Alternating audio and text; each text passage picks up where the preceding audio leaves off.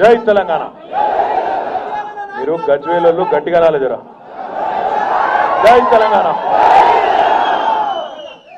గౌరవనీయులు పెద్దలు మన మెదక్ పార్లమెంట్ సభ్యులు అన్నా కొత్త ప్రభాకర్ రెడ్డి గారు, గౌరవ శాసన మండలి సభ్యులు పెద్దలు మన పార్టీ రాష్ట్ర కార్యాలయం బాధ్యులు ప్రొఫెసర్ శ్రీనివాస్ రెడ్డి గారు, గౌరవ సహచర శాసనసభ్యులు జీవన్ రెడ్డి గారు, గౌరవనీయులు మాజీ శాసనసభ్యులు ఏనుగు రవీందర్ రెడ్డి గారు, పెద్దలు Telangana state tourism development corporation అధ్యక్షులు భూపత్ రెడ్డి గారు, గౌరవనీయులు ఎలక్షన్ రెడ్డి గారు, గౌరవనీయులు తక్కలపల్లి రవీంద్రరావు గారు మన రాష్ట్ర ప్రధాన కార్యదర్శి గారు, గౌరవనీయులు టీయూఎఫ్ఐడిసి అధ్యక్షులు విప్లవ్ కుమార్ గారు, తెలంగాణ వికలాంగుల కార్పొరేషన్ అధ్యక్షులు సోదరుడు వాసుదేవ్ రెడ్డి గారు, అదే రకంగా వేదిక పైన ఉన్న వెంకటేశ్వర రెడ్డి గారు మన శాట్స్ చైర్మన్ గారు, వేదిక పైన ఉన్న పెద్దలందరికీ, పాత్రికేయ మిత్రులకు, మరి ఈరోజు కేవలం కొన్ని గంటల వ్యవధిలో, కేవలం నిజంగా చెప్తా ఉన్నా, పొద్దున్నే మాట్లాడుకున్నాం 9 గంటలు అనుకుంటా, 8:30-9 గంటల ప్రాంతంలో మాట్లాడుకున్నాం.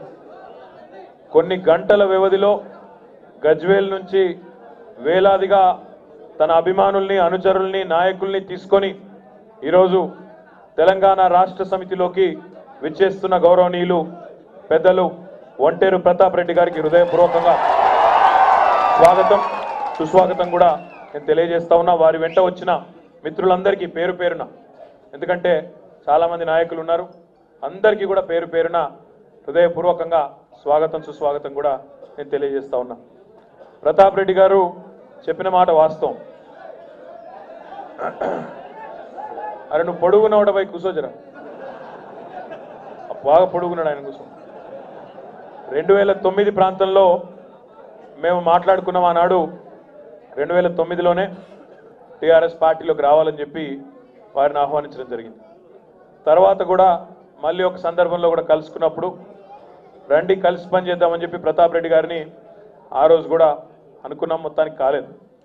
ఏదేమైనప్పటికీ దేరాయ పర్ దురస్థాయ అన్నట్టు 2009 నుంచి 2019 వరకు 10 ఏళ్ళు సమయం పట్టినా మొత్తానికి మంచి నిర్ణయం తీసుకొని ఈరోజు ముఖ్యమంత్రి గారిని, గజ్వేల్ ప్రజలను అందరినీ కూడా సంతోషపెట్టే ఒక నిర్ణయం తీసుకొని మరి ఈరోజు తన అనుచరులతో, తన అభిమానులతో, నాయకులతో అందరితో కలిసి కాంగ్రెస్ పార్టీకి రాజీనామా చేసి మరి టీఆర్ఎస్లో చేరుతున్న ప్రతాప్ రెడ్డి గారికి మళ్ళొక్కసారి స్వాగతం చెప్తూ, నేను ఒక మాట మాత్రం వారు చెప్పిన దాంతో సంపూర్ణంగా ఏకీభవిస్తా ఉన్నా.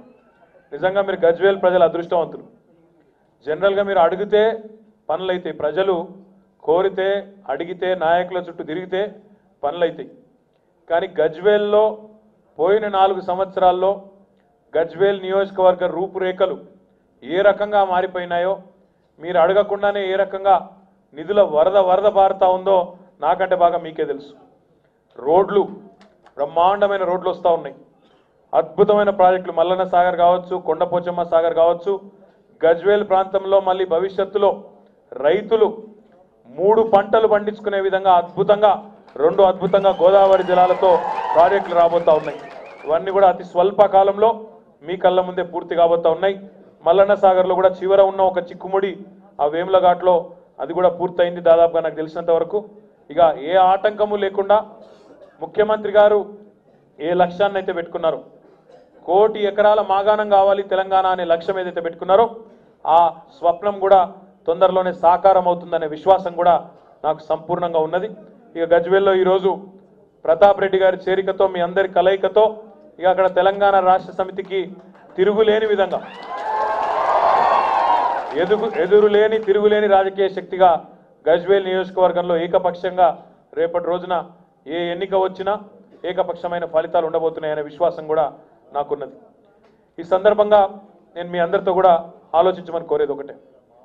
సరే ముందొచ్చినామా, వెనుకొచ్చినామా, ఎప్పుడొచ్చినామా అనేది కాకుండా అల్టిమేట్గా ఇవాళ తెలంగాణ సమాజం మొత్తం కలిసి ఏ నాయకుడైతే తెలంగాణ రాష్ట్రాన్ని సాధించే క్రమంలో తన ప్రాణాన్ని ఫణంగా పెట్టి ఆనాడు ఉద్యమ నాయకుడిగా ముందుండి తెలంగాణ ప్రజల్ని చైతన్యవంతులు చేసి పోరాట క్రమంలో అందరినీ కలుపుకొని కులాలు మతాలు వర్గాలు అన్ని పక్కన పెట్టి అందరినీ కలుపుకొని ముందుకు పోయినాడు. ఆ నాయకుడి నేతృత్వంలోనే బంగారు తెలంగాణ అనే స్వప్నం కూడా సాకారం అవుతుందనే ఉద్దేశంతోనే మరి రెండవ దఫా కూడా ముఖ్యమంత్రిగా అఖండమైన మెజారిటీతో కేసీఆర్ గారిని తెలంగాణ ప్రజలు గెలిపించిన విషయం మీకు తెలుసు. కేసీఆర్ గారు రెండవసారి పరిపాలనా బాధ్యతలు చేపట్టిన తర్వాత ఈరోజు కళ్ళ ముందు రాజకీయ అవగాహన ఉన్న ఎవరికైనా ఒక విషయం స్పష్టంగా కనబడతా ఉన్నది. మొన్నటి ఎన్నికల్లో మనకి 2018 ఎన్నికల్లో 47 నుంచి 50% మంది ప్రజలు మనకు మద్దతు పలికినారు. 47 నుంచి 50 అని ఎందుకంటున్నా అంటే ఆ ట్రక్కు గుర్తుల్లో వచ్చి కొన్ని వేసుకపోయారు మన ఓట్లు. వాళ్ళు ఒక దగ్గర 2 లక్షల ఓట్లు వేసుకపోయారు. లేకపోతే దగ్గర 50% ఓట్లు తెలంగాణ రాష్ట్ర సమితికి వచ్చేది. మనం ఓడిపోయిన సీట్లలో కూడా చాలా సీట్లలో ప్రతాప్ రెడ్డి గారు చెప్పింది వాస్తవం. గెలిచిన కాడనేమో 1,20,000 సిద్దిపేటలో, వర్ధనపేటలో 99,000 ఎమ్మెల్యే గారు ఇక్కడనే ఉండి ఎక్కడ వేయండు. నాకు సిరిసిల్లలో 89,000, పక్కన మేడ్చల్లో 87,000. ఇది లెక్కలు పెట్టుకుంటూ పోతే 50,000 పైచిలకు ఓట్ల మెజారిటీ. గజ్వేల్లో 59,000. ఆ లెక్కన చూసుకుంటూ పోతే మనం గెలిచిన కాడనేమో అఖండమైన మెజారిటీలు వచ్చినాయి. ఓడిపోయిన సీట్లలో చూస్తే ఓ 10-12 సీట్లలో కేవలం 2,000, 3,000, 4,000తో ఓడిపోయిన సీట్లు, ఆఖరికి 180 ఓట్లతో ఓడిపోయిన ఆసిఫాబాద్ కూడా కలుపుకుంటే దగ్గర 10 సీట్లు స్వల్ప తేడాతో ఓడిపోయినాం. లేకపోతే నిజంగా ముఖ్యమంత్రి గారు మొదటి నుంచి చెప్తున్నట్టు 100 సీట్లు సాధించి సెంచరీ కొట్టి అఖండమైన విజయం మనం సాధించే వాళ్ళం. అయితే పోయిందేమీ లేదు.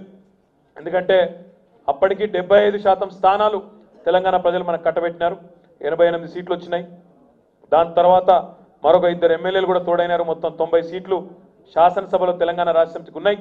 కానీ మనం రేపటి రోజున నిజంగా కూడా తెలంగాణ రాష్ట్రాన్ని అనుకున్నంత వేగంగా అభివృద్ధి చేసుకోవాలి అంటే, ఆశించినంత వేగంగా ఏ ఆశలతోనైతే ప్రజలు మనకు అధికారాన్ని తిరిగి కట్టబెట్టినారో ఆ స్థాయిలో పనిచేసి ఫలితాలు సాధించి 2-3 ఏళ్ల లోపలనే ప్రజలకు ఆ ఫలాలు అందాలంటే మాత్రం తప్పకుండా కేంద్ర ప్రభుత్వాన్ని కూడా మనం శాసించవలసిన అవసరం ఉందనే మాటను ఈ సందర్భంగా నేను మీకు విజ్ఞప్తి చేస్తా ఉన్నా.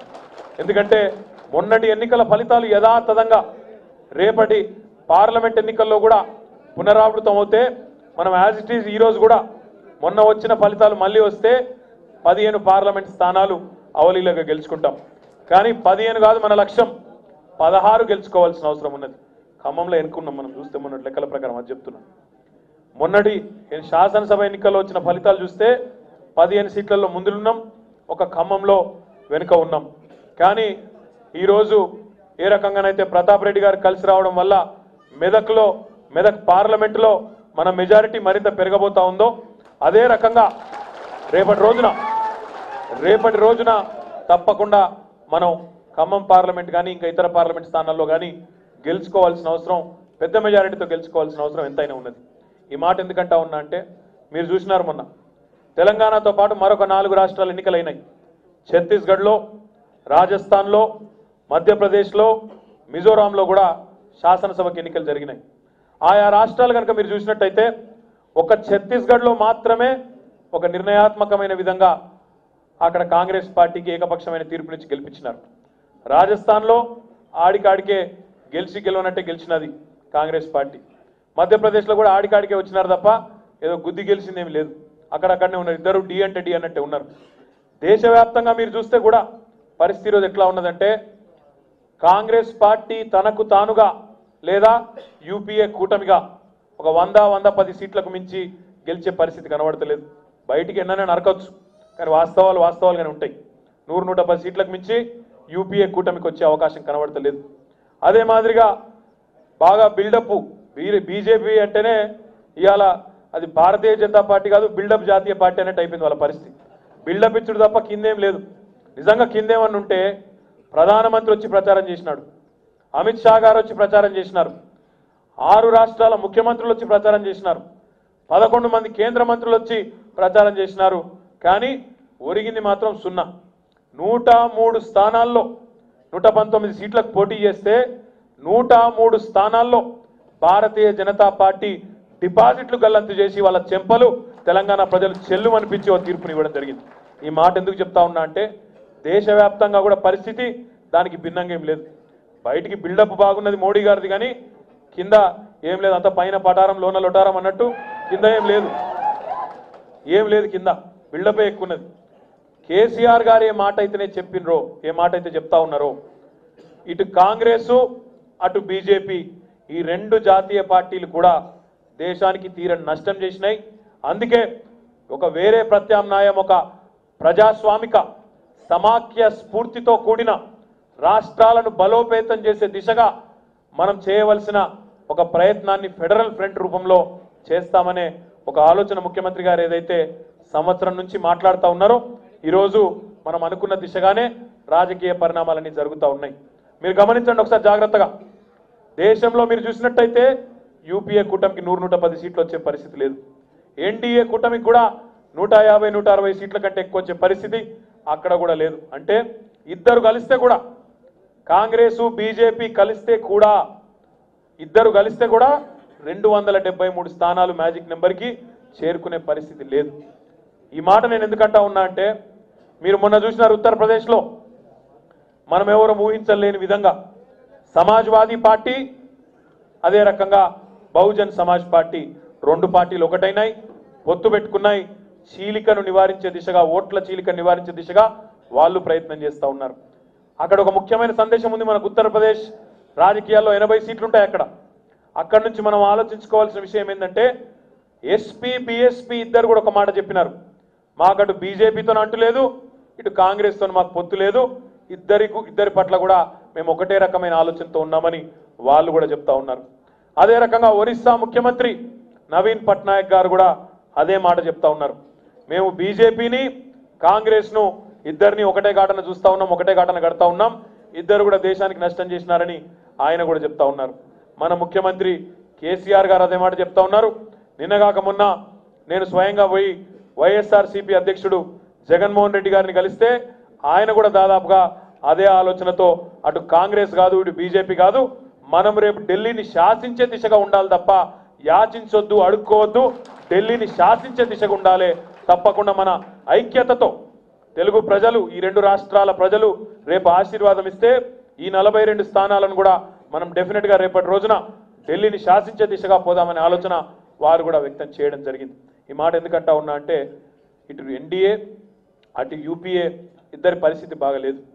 మనం అనుకున్న విధంగా రాజకీయ పరిణామాలు ఏవైతే జరుగుతూ ఉన్నాయో, భవిష్యత్తులో ఇది మరింత వేగవంతమై మనం అనుకున్న దిశగా ఢిల్లీలో టీఆర్ఎస్ అనే పార్టీ ఒక నిర్ణయాత్మకమైన శక్తిగా, ఒక కీలకమైన శక్తిగా ఉండే రోజు కూడా ఎక్కువ దూరంలో లేదు అని అందుకే ఈ మాట అంతా కూడా నేను చెప్తా ఉన్నాను.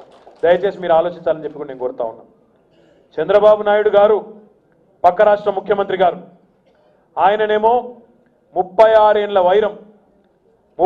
ఏళ్ల వైరం కాంగ్రెస్ పార్టీతో దూరం చేసుకోవచ్చు, గతంలో తిట్టిన తిట్లన్నీ మర్చిపోవచ్చట, సోనియా గాంధీని అనరాని మాటలు అన్నాడు ఆయన, ఒకటి రెండు కాదు. సోనియా అవినీతి అనకొండ అన్నాడు, సోనియా ఇటలీ మాఫియా అన్నాడు, ఇక చెప్తే బాగున్నాయి, చాలా తిట్లు తిట్టిండు. అవన్నీ మర్చిపోయి మొన్న పోయి కేవలం కేసీఆర్ గారిని, టీఆర్ఎస్ పార్టీని ఆనాడు ఓడించాలి, తెలంగాణ ప్రజల చేతనే తమ ఏలుతో తమ కంటినే పొడిపించాలని చెప్పి పొత్తు పెట్టుకున్నాడు, ఒకటైండు. దానికి అందమైన మాటలు ఎన్నెన్నో కట్టిండు. డెమోక్రాటిక్ కంపల్షన్ అన్నారు, ప్రజాస్వామ్యంలో అవసరం పడ్డది కాబట్టి చేసినామన్నారు.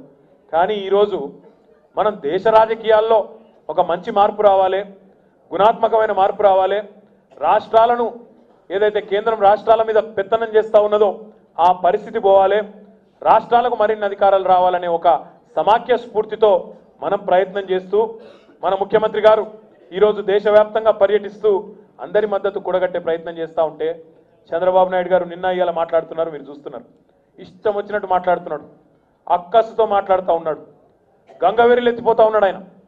ఇక ఆయన ఏమేమి మాట్లాడుతున్నాడో మీరు చూస్తున్నారు. గద్దల్లాగొచ్చి ఆంధ్రప్రదేశ్ రాష్ట్రాన్ని కుల్లబొడిచే ప్రయత్నం చేస్తున్నారట. ఎవరు గద్ద?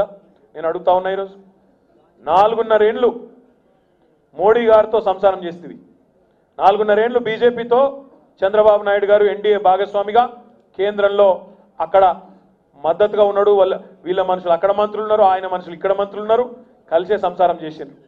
4.5 ఏళ్ల తర్వాత బయటికి వచ్చి ఈరోజు ఆయన అసమర్థతను, ఆయన చాతగానితనాన్ని, చంద్రబాబు నాయుడు గారి చాతగానితనాన్ని కప్పిపుచ్చుకునేందుకు ఈరోజు ప్రధానమంత్రిని ఒక బూచిగా చూపెట్టి ఇంకొకరిని ఇంకొక బూచిగా చూపెట్టి ఈరోజు ఆంధ్ర ప్రజలను అయోమయానికి గురి చేసే ప్రయత్నం చంద్రబాబు నాయుడు గారు చేస్తూ ఉన్నారు. నేను ఈ సందర్భంగా మీడియా ద్వారా మా ఆంధ్ర మిత్రులందరికీ కూడా విజ్ఞప్తి చేస్తూ ఉన్నా. మొన్నటి ఎన్నికల్లో తెలంగాణలో మేము ఒకటే నినాదంతో పోయినాం. కేసీఆర్ గారి సంక్షేమం, కేసీఆర్ గారి ప్రభుత్వం చేపట్టిన సంక్షేమ కార్యక్రమాలు, అభివృద్ధి కార్యక్రమాలు మీకు నచ్చితే మాకు ఓటేయండి అని విజ్ఞప్తి చేసినాం. మీరు మమ్మల్ని ఆశీర్వదిస్తే మరింత బలంగా పనిచేస్తామని చెప్పినాం. మరి కేసీఆర్ గారి కార్యదక్షత, ఆయన సమర్థత, ఆయన పనితీరు, ఆయన ప్రభుత్వం పేదల పట్ల అవలంబించిన విధానాలు ప్రతాప్ రెడ్డి గారు ఏవైతే చెప్పారో అవన్నింటి దృష్ట్యా మొన్న మనకు ప్రజల ఆశీర్వాదం ఇచ్చి గెలిపించినారు. నేను ఆంధ్ర మిత్రులతో, ఆంధ్ర ప్రాంతంలో ఉండే అన్నదమ్ములతో, అక్క చెల్లెలతో నేను కోరుతా ఉన్నా.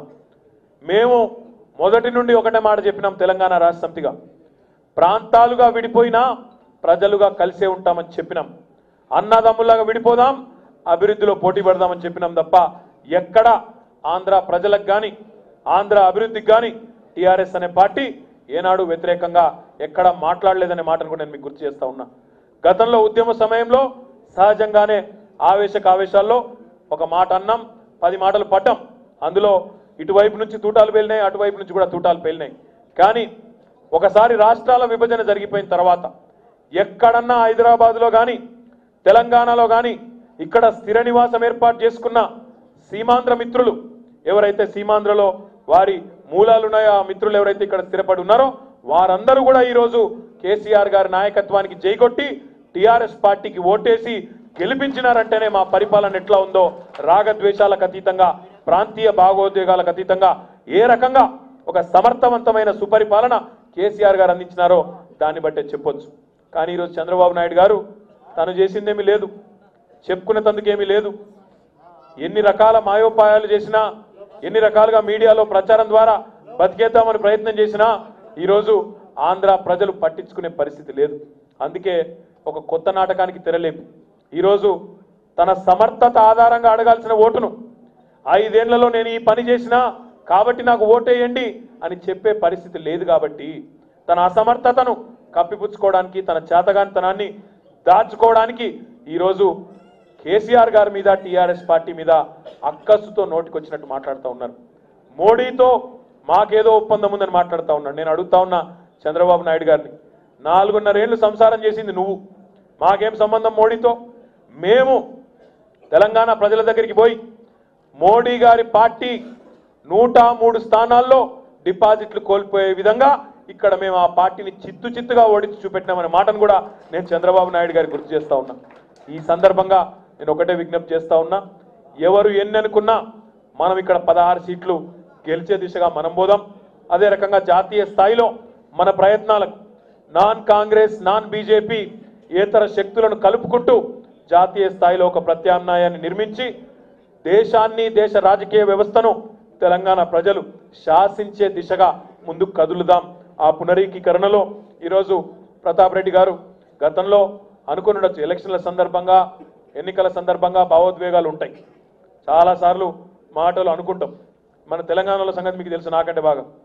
మనం కోపం వచ్చినా ఆగది, ప్రేమ వచ్చినా ఆగది. కోపం వస్తే బరాబర్ అంటాం, ప్రేమ వస్తే కూడా అంతే బరాబర్ కలిసి ఉంటాం. కాబట్టి ఎన్నికల సందర్భంలో రాజకీయాల్లో చాలా మాటలు అనుకుంటాం. వాటన్నిటిని కూడా మనసులోంచి తీసేసి ఈరోజు తెలంగాణ ప్రజలు ఏదైతే కోరుకుంటా ఉన్నారో టీఆర్ఎస్ అనే పార్టీ సారథ్యంలో, కేసీఆర్ గారి నాయకత్వంలో బంగారు తెలంగాణ కావాలి, 1 కోటి ఎకరాలకు నీళ్లు రావాలి, సంక్షేమ అభివృద్ధి కార్యక్రమాలు నిరాటంకంగా కొనసాగాలి, దేశ రాజకీయ వ్యవస్థలో కూడా తెలంగాణను శాసించే దిశగా, దేశ రాజకీయ వ్యవస్థకే మరి తెలంగాణ దిశానిర్దేశం చేసే దిశగా సాగాలని ఏదైతే కోరుకుంటున్నారో ఆ క్రమంలో ప్రతాప్ రెడ్డి గారి చేరికను కూడా మనస్ఫూర్తిగా స్వాగతిస్తూ మరి ఈ దిశగా మన ప్రయత్నాలు ముమ్మరంగా సాగించుకుంటూ 16 పార్లమెంటు సీట్లు సాధించేదాకా విరామం లేకుండా రాబోయే 3-4 నెలలు అందరం కలిసికట్టుగా పనిచేద్దామని చెప్పి కూడా మళ్ళొక్కసారి మీకు విజ్ఞప్తి చేస్తూ ప్రతాప్ రెడ్డి గారి వెంబడ వచ్చిన మిత్రులందరికీ పేరు పేరున మళ్ళొక్కసారి హృదయపూర్వకంగా సాదరంగా స్వాగతం పలుకుతూ జై తెలంగాణ.